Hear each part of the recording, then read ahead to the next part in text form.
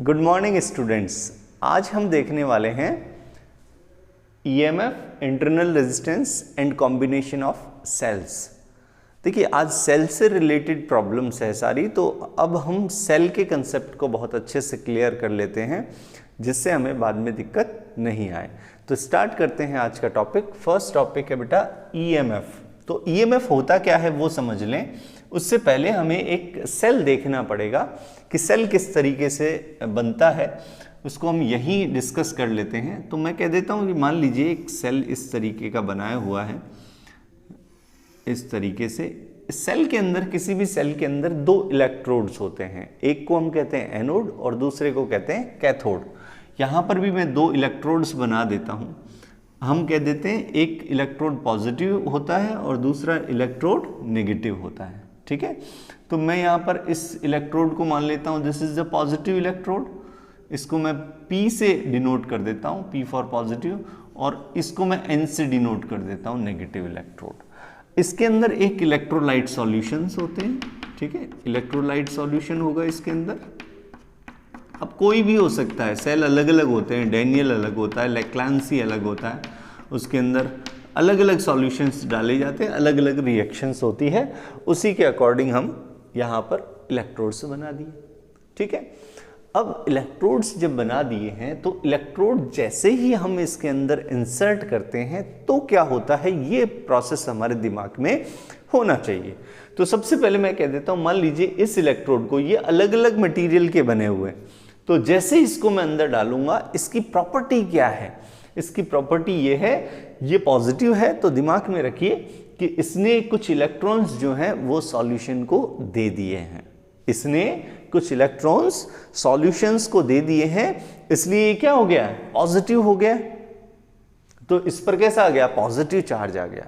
तो इसका कुछ पोटेंशियल भी जनरेट हो गया क्योंकि इस पर चार्ज आ गया। पहले ये न्यूट्रल थे, लेकिन अब ये क्या हो गए? चार्ज हो गए, जैसे ही इनको इलेक्ट्रोलाइट सॉल्यूशन में हमने रखा।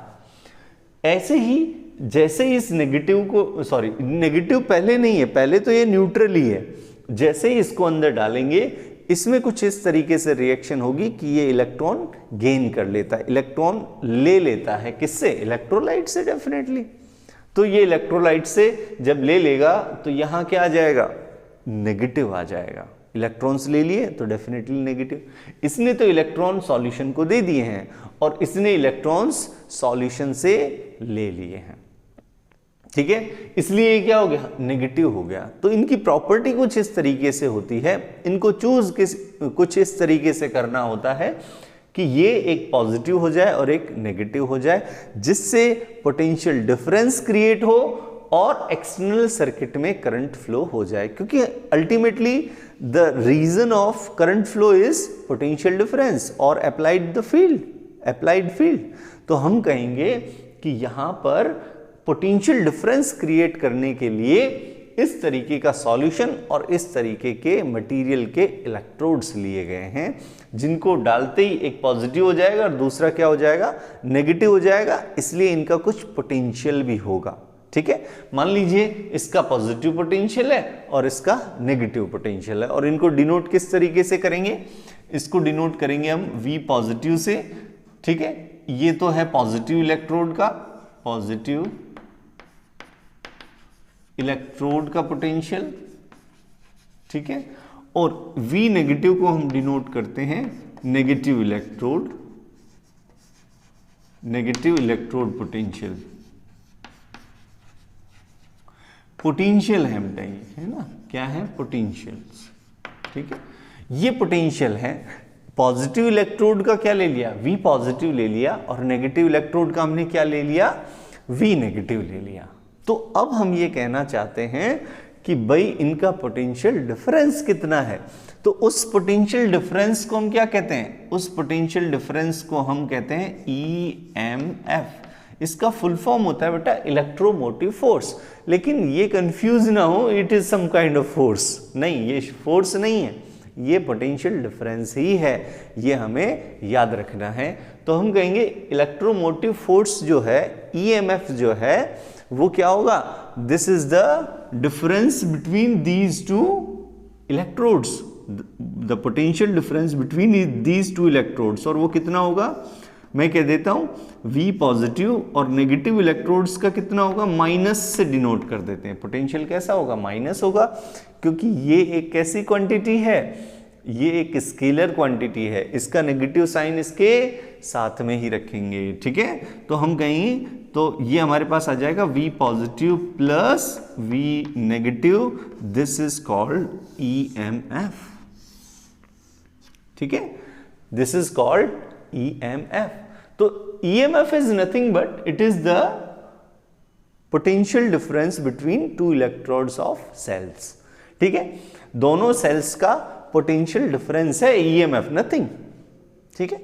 इसके बाद में हम कहें, बोले साहब एक और वर्ड आता है, उसको पहले डिस्कस कर लेते हैं, फिर हम दोनों में कंपैरिजन करेंगे और इस डेफिनेशन को थोड़ा सा अमेंडमेंट कर देंगे। इसमें मैं क्या करता हूं बेटा, यहां पर एक्सटर्नल रेजिस्टेंस लगा देता हूं, ठीक है, एक एक्सटर्नल रेजिस्टेंस लगा दिया मैंने R, ठीक है। यहां एक की भी लगा देते हैं जिससे थोड़ी सुविधा हो जाए हमें इसको ओपन और क्लोज करने में, ठीक है।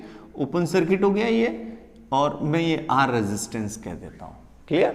तो मुझे पता है कि जैसे ही अभी तक ये ओपन सर्किट था, जैसे ही मैं इसको क्लोज करूंगा तो होगा क्या, होगा ये इसमें से करंट फ्लो होने लग जाएगी। ये तो हमें पता है, क्योंकि जब भी बैटरी को आउटपुट सर्किट में से हम कनेक्ट करते हैं, सोर्स से कनेक्ट करते हैं, सेल हमारा सोर्स हो गया, जब हम इसको कनेक्ट करेंगे तो डेफिनेटली आउटर सर्किट में करंट फ्लो होगी। अब करंट फ्लो जो होगी उसका यहां पर किस तरीके से रिएक्शन होगी वो देखना चाह रहे हैं, है ना। तो यहां समझिए क्या हो रहा है, यहां पर अंदर क्या हो रहा है कि पॉजिटिव जो है, पॉजिटिव या फिर नेगेटिव की बात करें, नेगेटिव जो है इलेक्ट्रोड, उस पर ऑलरेडी नेगेटिव आ गया है, लेकिन इसके अंदर से करंट फ्लो होने से कुछ वोल्टेज ड्रॉप हो रही है, यहां पर वोल्टेज ड्रॉप हो रही है ना। आई करंट सपोज करो इसमें से फ्लो हो रहा है, तो आई करंट फ्लो होने से वोल्टेज ड्रॉप होगी, और वो कितनी होगी, IR होगी। इसका मतलब यहां पर चार्ज क्या होंगे, कम हो जाएंगे, ओके। चार्ज जब कम होंगे तो वापस ये क्या करेगा, इस सॉल्यूशन से चार्जेस लेता रहेगा, ठीक है। अब देखिए किस तरीके से रिएक्शन हो रही है, ये इलेक्ट्रॉन्स इसके अंदर दे रहा है और ये इलेक्ट्रॉन इसमें से ले रहा है, ठीक है, तब ये नेगेटिव होता जा रहा है। लेकिन होगा ये कि ये जो इलेक्ट्रॉन है ये ही यहां पर चला जाएगा, तो ये तो इलेक्ट्रॉन देता रहेगा और ये इलेक्ट्रॉन लेता रहेगा, और ये प्रोसेस हमारा चलता रहेगा, ये प्रोसेस कंटिन्यूअसली चलता रहेगा जब तक कि सॉल्यूशन में सारा ये बैलेंसिंग कंडीशन ना आ जाए, ठीक है। तो हम कहेंगे कि इलेक्ट्रॉन्स जो हैं वो यहां से आ रहे हैं और इलेक्ट्रॉन्स यहां को चले जा रहे हैं, तो ये प्रोसेस चलता रहेगा। लेकिन इनडायरेक्टली जब हम देखें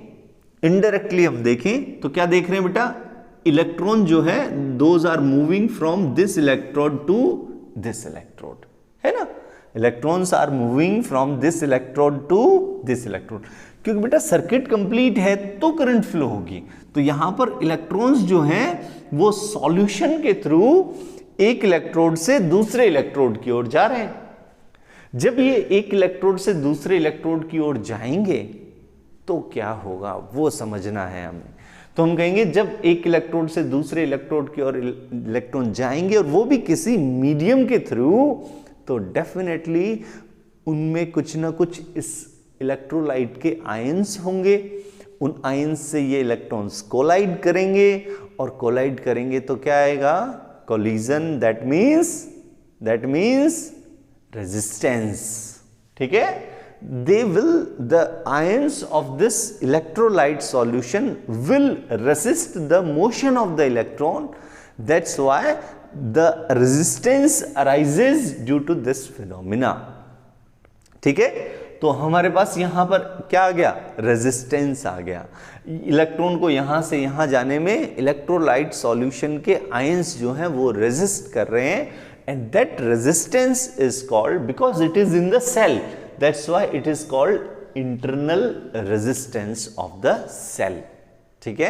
ये बहुत कम होता है लेकिन होता जरूर है, इसके अंदर कुछ ना कुछ इम्प्योरिटीज हैं, उनकी वजह से हो सकता है, इस सॉल्यूशंस के जो आयंस है उनकी वजह से हो सकता है, वो रीजन बाद की बात है, लेकिन हमें ये समझना है कि जब इलेक्ट्रॉन यहां से यहां जाएंगे तो डेफिनेटली क्या होगा, इंटरनल रेजिस्टेंस होगा। ठीक है, इंटरनल रेजिस्टेंस होगा। इसी वजह से ये जो पोटेंशियल है, टोटल पोटेंशियल कितना है बेटा, V positive plus V negative, और वो EMF के बराबर है। ठीक है, और उसमें से क्या होगा, कुछ ड्रॉप हो जाएगा, कुछ कम हो जाएगा। अब यदि मान लीजिए करंट फ्लो हो रही है, ये दोनों कनेक्ट कर दिए हैं मैंने, तो होगा ये करंट फ्लो हो जाएगी, और करंट फ्लो होने से जब ये सर्किट कंप्लीट होगा तो इलेक्ट्रॉन्स इस तरीके से जाएंगे, तो इसके एंड्स पर वोल्टेज कुछ कम हो जाएगी। बोले सब कम क्यों हो गई, कम इसलिए हो गई क्योंकि कुछ वोल्टेज कहां ड्रॉप हो जाती है, इसके यहां से यहां इलेक्ट्रॉन को जाने में हो जाती है। और उस इंटरनल रेजिस्टेंस की वैल्यू सपोज करो कितनी है, suppose the internal resistance is small r, resistance ही है तो हम इसे कह देते हैं this is internal resistance, internal resistance. और इसकी वजह से क्या होता है बेटा, इसकी वजह से यहां पर कुछ वोल्टेज ड्रॉप हो जाती है और इस EMF की वैल्यू जो है वो कम हो जाती है। इसीलिए हम एक नया वर्ड इसके लिए काम में लेते हैं, दैट इज टर्मिनल वोल्टेज,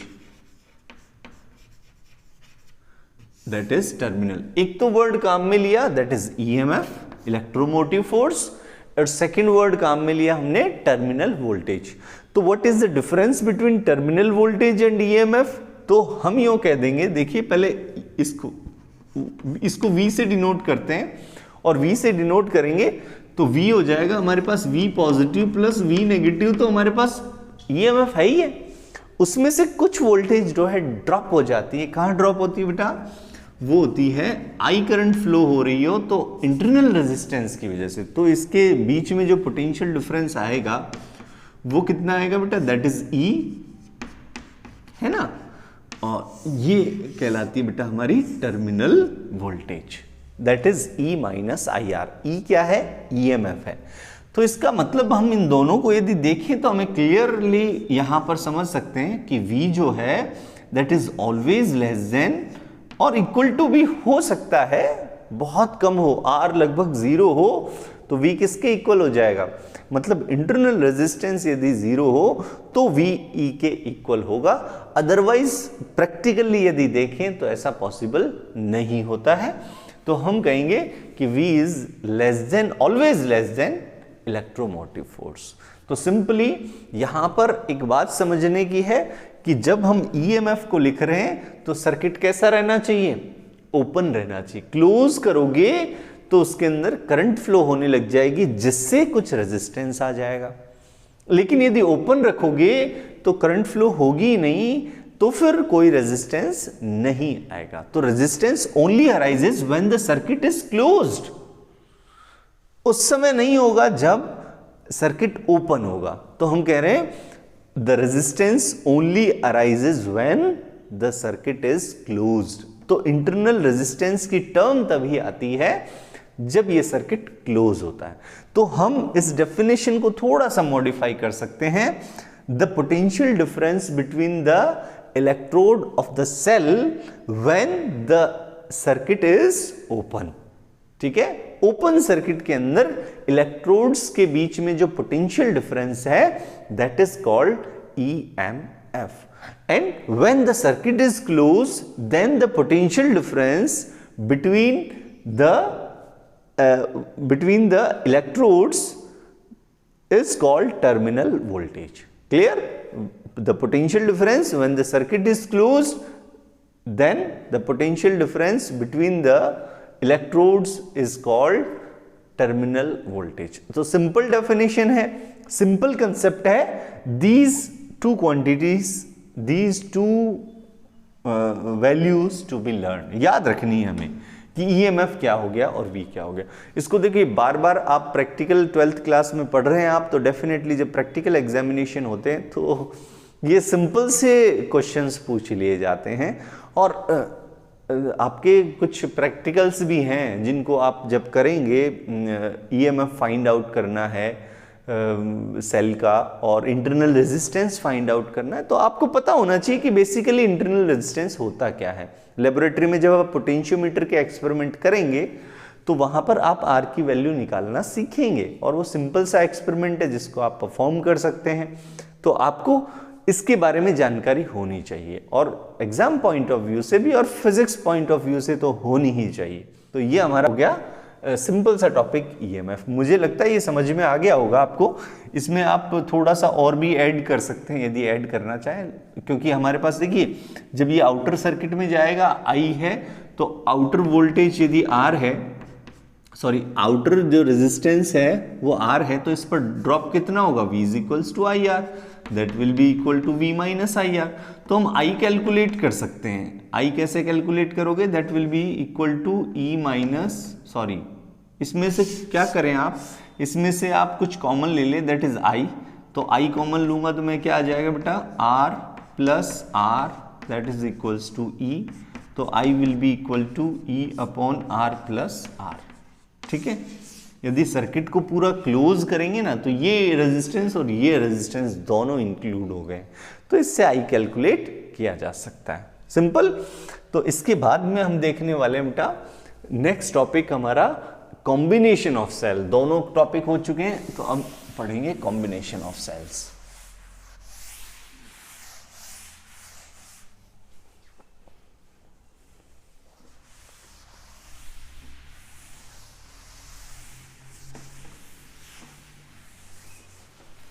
देखिए हमारे कोर्स में the series combination of resistance और पैरेलल कॉम्बिनेशन ऑफ रेजिस्टेंस हटा दिए गए हैं, तो इसके लिए आप चिंतित ना हो, और सीधा ही, और वो आप 10th क्लास में भी पढ़ चुके हैं, तो उसके लिए आपको परेशान होने की ज़रूरत नहीं है, वो आप उनको प्रैक्टिस करते रहें हायर स्टडीज़ के लिए। यहाँ पर हम देख रहे हैं कॉम्बिनेशन ऑफ सेल, क्योंकि ये इंपॉर्टेंट हो जाता है, ये नया भी है आपके लिए, इसलिए आप कॉम्बिनेशंस का मतलब हम 10th क्लास में पढ़ चुके हैं, रेजिस्टेंस का कॉम्बिनेशन है ना। रेजिस्टेंस को किस तरीके से कंबाइन करें, दो रेजिस्टेंस यदि रखे हुए हैं तो कंबाइन करें और इक्विवेलेंट रेजिस्टेंस निकाल लें, है ना। इसी तरीके से मान लीजिए दो सेल्स जुड़े हुए हों तो उनको किस तरीके से फाइंड आउट करें, तो वो हम यहाँ पर देखने वाले हैं। सिंपल से कंसेप्ट हैं, दो कंसेप्ट जो हमें हमेशा याद होने चाहिए जब भी कॉम्बिनेशन करें, कि सीरीज में होंगे तो करंट सेम होगी और पैरेलल होंगे तो वोल्टेज सेम होगी, दैट्स इट। इतना सा याद रखेंगे तो आपका काम चल जाएगा। स्टार्ट करते हैं वापस से। फर्स्ट हमारा जो है मैं कह देता हूँ सीरीज कॉम्बिनेशन। सीरीज कॉम्बिनेशन की बात करूं तो मैं दो सेल लगा देता हूं सिंपली, एक सेल ये लगा दिया और दूसरा सेल मैंने ये लगा दिया, इस तरीके से लगा देता हूं अकॉर्डिंग टू योर बुक, जिससे क्या है आसानी रहे, आपको पढ़े ना तो दिक्कत नहीं आए। एक पॉइंट लगा देता हूं, बी पॉइंट लगा देता हूं और यहाँ पर सी लगा देता हूं। इसके ईएमएफ हमें अज्यूम करने पड़ेंगे, इसका ईएमएफ E1 है और इसका ईएमएफ E2 है। इसके इंटरनल रेजिस्टेंस भी हमें अज्यूम करने पड़ेंगे, तो क्योंकि भाई जब हम इंटरनल रेजिस्टेंस की बात कर चुके हैं तो हमें इनको अज्यूम तो करना पड़ेगा कि भाई यदि इतना है तो क्या होगा, तो दैट्स इट। तो ये हमारे पास अज्यूम कर लिया हमने, E1 is the potential sorry EMF of this cell, first cell, and R1 is the internal resistance of the cell. E2 and R2 are respectively EMF and internal resistance of second cell. Okay, so we are going to just find out the resultant potential difference. ठीक है, VAC क्या होगा, VAC क्या होगा, terminal voltage हमारे पास है, इसकी भी टर्मिनल वोल्टेज हमारे पास है, क्योंकि हमारे पास जो टर्मिनल वोल्टेज है ना बेटा उसका फॉर्मूला है जिसको आपको याद रखना है, and that is equals to E minus IR। Simple, ये वाला फॉर्मूला में याद रखना है। जब इसको याद रखेंगे तो मैं कहूंगा इसके बीच में टर्मिनल वोल्टेज कितनी है, तो हमारे पास E है, that is E1, R है हमारे पास R1, I करंट को फ्लो मान लेते हैं कि भाई करंट कितनी फ्लो हो रही, because these are in series, that's why the current will be same, है ना। यही तो कंसेप्ट हमें याद रखना था, तो हम कह रहे हैं ये हमारे पास सेम हो गया। Then we are going to study we are going to calculate the terminal voltage, this one, for this whole combination। ठीक है, तो कॉम्बिनेशन के लिए हम सिंपली क्या करेंगे, हम कहेंगे सीरीज में है तो वोल्टेज जो होगी वो टोटल वोल्टेज जो होगी वो इस पर ड्रॉप प्लस इस पर ड्रॉप, तो इसकी टर्मिनल वोल्टेज लिख देता हूं। देखिए V द इक्विवेलेंट कह देता हूं will be equal to what, VAC कह देता हूं, ठीक है ना। VAC will be equal to VAB plus VBC। इस पर जो वोल्टेज होगी प्लस इस पर जो वोल्टेज होगी वही तो टोटल वोल्टेज के इक्वल होगी। और VAB क्या है बेटा, VAB इस पॉइंट और इस पॉइंट के बीच में टर्मिनल वोल्टेज है। और टर्मिनल वोल्टेज को हम क्या लिखेंगे बेटा, E माइनस IR। तो यहां के लिए क्या हो जाएगा, E1 minus IR1 simple, plus इसके लिए भी ले ले तो ये कितना हो जाएगा बेटा, E2 माइनस IR2 सिंपल। लिख दिया ना मैंने, एकदम सिंपल है। E1 माइनस IR1 और E2 माइनस IR2, तो दोनों के बीच में टर्मिनल वोल्टेज का सम, क्योंकि सीरीज में होंगे तो पोटेंशियल डिफरेंस जो है वो रिजल्टेंट आएगा जितने भी ड्रॉप हैं उनके सम से, ठीक है। तो यहां पर सम कर लिया हमने, तो VAC मेरे पास आ गया है, इजीली आ गया है। इसको मैं थोड़ा कॉम्बिनेशन इसका चेंज कर देता हूं, क्योंकि इसका फॉर्म कुछ कैसा रहना चाहिए, ऐसा ही रहना चाहिए। E1 और E2 को मैं साथ लिख लेता हूं, E1 प्लस E2, और इसमें क्या करता हूं, माइनस I कॉमन ले लेता हूं और R1 प्लस R2 को साथ लिखता हूं। तो देखिए मैं VAC को कैसे लिख पा रहा हूं वो आप देखेंगे, E equivalent minus I R equivalent simple. ये देखिए ये और ये लगभग इक्वल से दिख रहे हैं ना।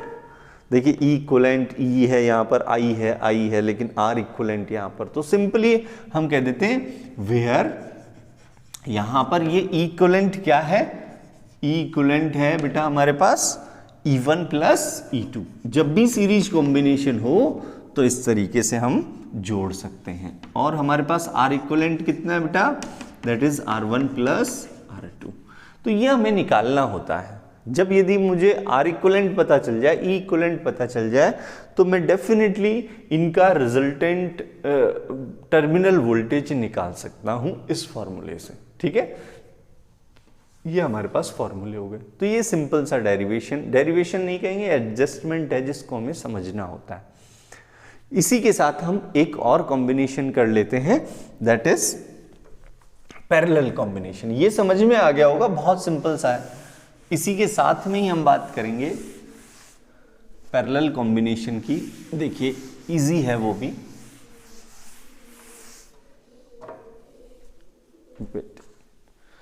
हम कहेंगे बेटा पैरेलल कॉम्बिनेशन क्या होगा। पैरेलल कॉम्बिनेशन के लिए मैं यहां लिख देता हूं second number, that is parallel combination. Simply मैंने लिख दिया इसको। अब देखिए बेटा मैं कह रहा हूं कि दो सेल में पैरेलली ऐड कर देता हूं इस तरीके से। ये देखिए सिंपल, ये देखिए वेरी गुड, ये इजीली हमने इसको ऐड कर दिया, ठीक है। वही डिफाइन करना, हमें E1 डिफाइन करना पड़ेगा। मैं कह देता हूं E1 और इसका इंटरनल रेजिस्टेंस R1, ये हमारा E2 इंटरनल रेजिस्टेंस क्या हो गया, R2 हो गया। एक पॉइंट ले लेता हूं बेटा A और सेकंड पॉइंट क्या ले लेता हूं B, क्लियर। अब हमें क्या ध्यान रखना है कि I करंट इसमें से फ्लो होगी, I1 इसमें चली जाएगी और I2 इसमें चली जाएगी, और वापस जब हमें मिलेगी तो वो कितनी मिलेगी बेटा, वो I ही हो जाएगी वापस, है ना। तो हम कह रहे हैं यहां पर दो करंट है वो डिफरेंट है दोनों ही केसेस में। फॉर्मूला हमारे पास सिंपल सा ये है। इसके एंड्स पर यदि हमें वोल्टेज डिफरेंस निकालना है तो कितना निकालना होगा वो समझ लें। मैं कहूं कि मुझे VAC चाहिए, VAC। देखिए आइडिया क्या है वो समझ लीजिए। आइडिया ये है बेटा कि हमें अल्टीमेटली इस रिजल्ट को इस तरीके से लाना है। First thing is that.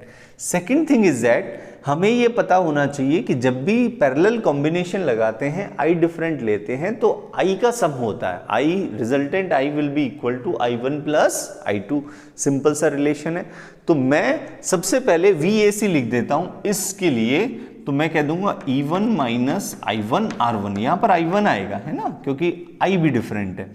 और दूसरा जो केस है हमारे पास वो भी इसी के थ्रू है, VAB है, सॉरी VAC नहीं है, और ये भी VAB है, दोनों सेम है, and that is E2 minus I2 R2 लेकिन हमें क्या करना है, हमें रिजल्टेंट आई निकालना है, इसलिए I1 प्लस I2। तो इन वैल्यूज से हमें क्या निकालना होगा, हमें निकालना होगा, और इसको मैं इक्वल टू मान लेता हूं V, मान ही लेते हैं इसको इक्वल। तो ये हमें क्या करना होगा, I1 निकालना होगा। तो I1 क्या होगा, देखिए इसको मैं ट्रांसफर करके इधर ले आऊंगा, तो V माइनस I1 R1 हो जाएगा। सॉरी, इसको इधर ले जाएं और इसको इधर ले आएं, ठीक है, दोनों को एक्सचेंज कर लेते हैं हम। एक्सचेंज कर लेंगे तो हमारे पास कुछ ऐसा एक्सप्रेशन आएगा जिसको आप सिंपल मैथमेटिक्स से निकाल सकते हैं। I1 will be equal to E1 minus V upon R1, और इसी तरीके से बेटा I2 आ जाएगा, इसको सिंपली आप कैलकुलेट कर सकते हैं, E2 minus V upon R2, ये आ गया। और I जो होगा बेटा वो हमारे पास क्या होगा, I1 प्लस I2 के इक्वल होगा। अब हम इसको ऐड कर देते हैं, ऐड करें तो देखिए किस तरीके से आएगा, बहुत सिंपल सा आ जाएगा। I will be equal to I1 plus I2, इनको जोड़ दीजिए आप, E1 minus V upon R1 plus E2 minus V upon R2। Simple है ना। इसको हमें अल्टीमेटली V निकालना, अल्टीमेटली तो V निकालना पड़ेगा। तो V निकालने के लिए हमें इसको थोड़ा सॉल्व करना पड़ेगा। तो देखिए मैं फटाफट सॉल्व कर देता हूँ। आप मैथमेटिक्स में बहुत होशियार है, ये मुझे पता है, इसलिए मैं इसको फटाफट सॉल्व कर देता हूँ। तो ये हो जाएगा मेरे पास V कॉमन आ गया, 1 upon R1 plus 1 upon R2। ठीक है, देखिए E1 अपॉन R1 यहाँ रख लिया, इसको अलग किया, E1 अपॉन R2, दोनों को सम कर दिया। यहां पर माइनस V अपॉन R1 और यहां पर माइनस V अपॉन R2 बचे हैं। V इनमें से कॉमन लिया और माइनस V कॉमन लिया, तो 1 upon R1 plus 1 upon R2 रह गया। ठीक है, अब मुझे क्या करना है, V निकालने के लिए इसको तो इधर लाना पड़ेगा पहले, फिर इसको डिवाइड करना पड़ेगा और I को भी इधर लाना पड़ेगा। तो देखिए ये किस तरीके का एक्सप्रेशन हो जाएगा, मैं सिंपली लिख देता हूं।